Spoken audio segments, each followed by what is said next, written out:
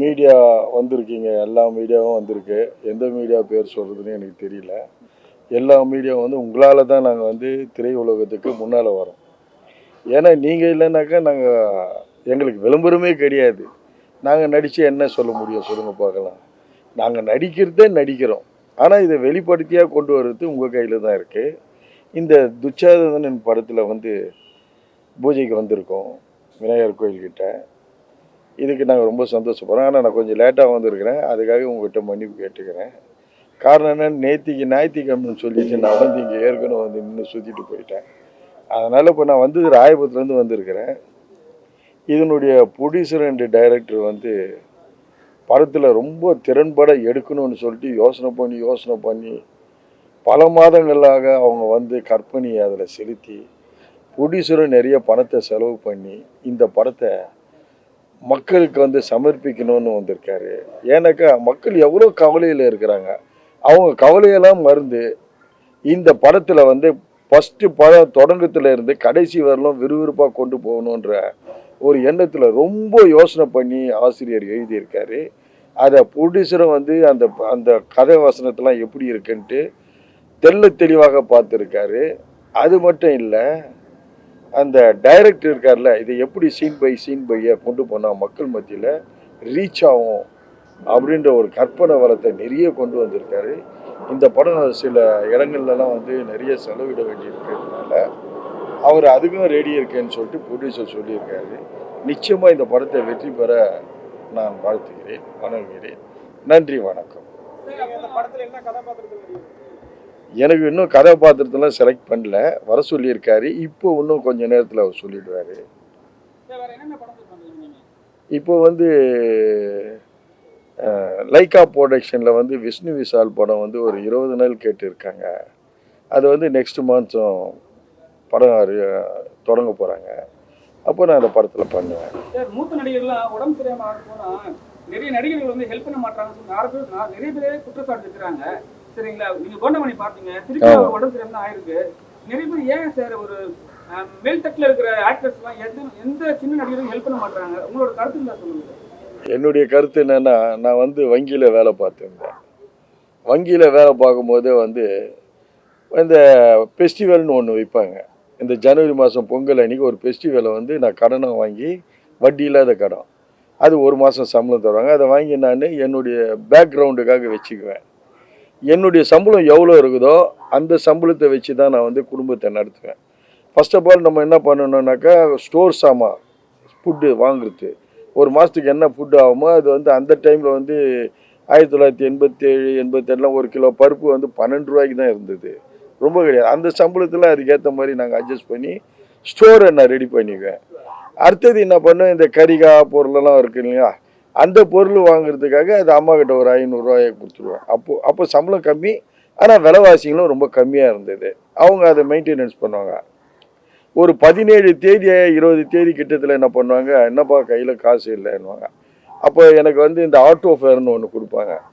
அங்கே கொண்டு போய் செக்கை கொடுத்துட்டு இங்கே போயிட்டு வாங்க, அங்கே போயிட்டு வாங்கன்னுவாங்க. ஸோ அந்த வேலையை ஆட்டோ ஃபேரை வாங்கிட்டு நான் என்ன பண்ணேன், என்னுடைய சொந்த மோட்டர் சைக்கிளில் போய் அந்த வேலையை முடிச்சுட்டு அந்த காசை மீதம் பண்ணி நான் வந்து வீட்டில் அம்மா கையில் கொடுத்துருவேன். அவங்க ரொம்ப சந்தோஷப்படுவாங்க. இது எதுக்காக நான் சொல்ல வரேன்னா, இதுலேயும் பட்ஜெட் ஏதாவது இடிப்பட்டதுன்னா இந்த ஃபெஸ்டிவல் வாங்கி வச்சுக்கிறேன் பாருங்க, அதை வச்சு மெயின்டெனன்ஸ் பண்ணுவேன்.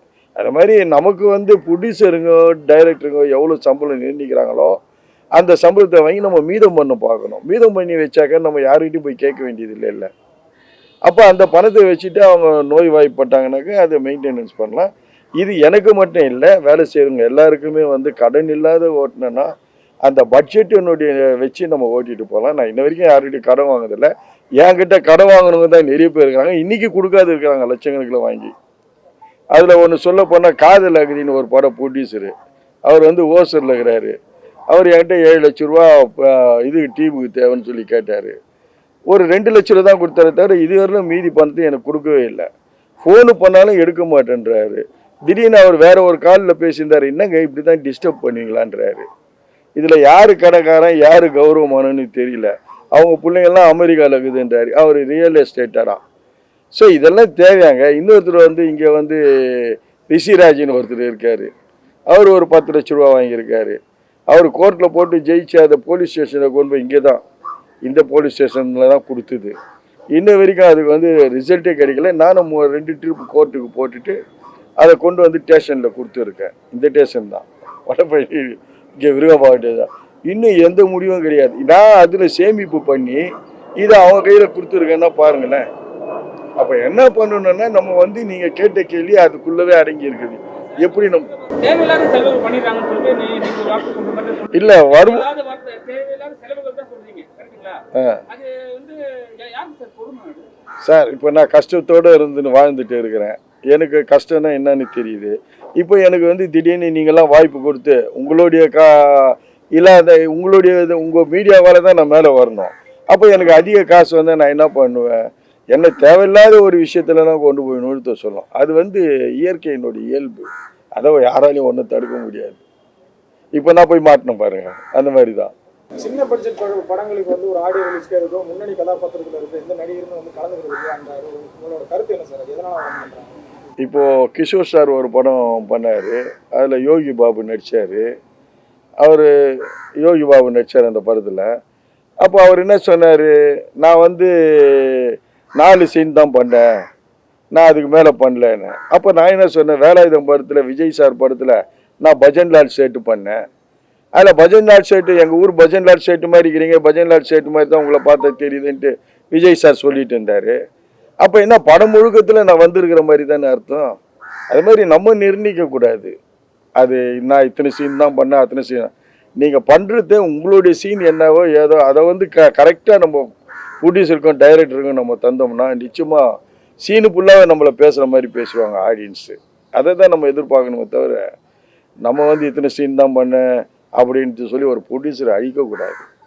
சார் அவர் என்ன கேட்டாருன்னா, நான் கேட்குற கேள்வி வந்து பார்த்தீங்கன்னா அந்த படத்தில் ஒரு என்ன கதாபாத்திரத்தில் நடிச்சிருக்காங்க நான் கேட்க வரல. ஒரு பட துவக்க விழாவுக்கோ ஒரு ஆடியோ ரிலீஸ்க்கோ அதுதான் கதாபாத்திரத்தில் எதுக்காக அந்த பூஜை விழாவுக்கோ ஆடியோ ரிலீஸ்க்கோ வர மாட்டேன்றாங்கன்னா என்ன காரணம்? வர மாட்டேன்றாங்கன்னா கருத்து சொல்லுங்க. வர மாட்டேன்றாங்க. அவங்களுக்கு சில காரணங்கள் இருக்கலாம். இப்போ கூட நான் இங்கே நேத்திக்கு வந்துட்டேன், நேத்திக்கு ஃப்ரீயாக இருந்தேன், சீக்கிரம் வந்துட்டேன்.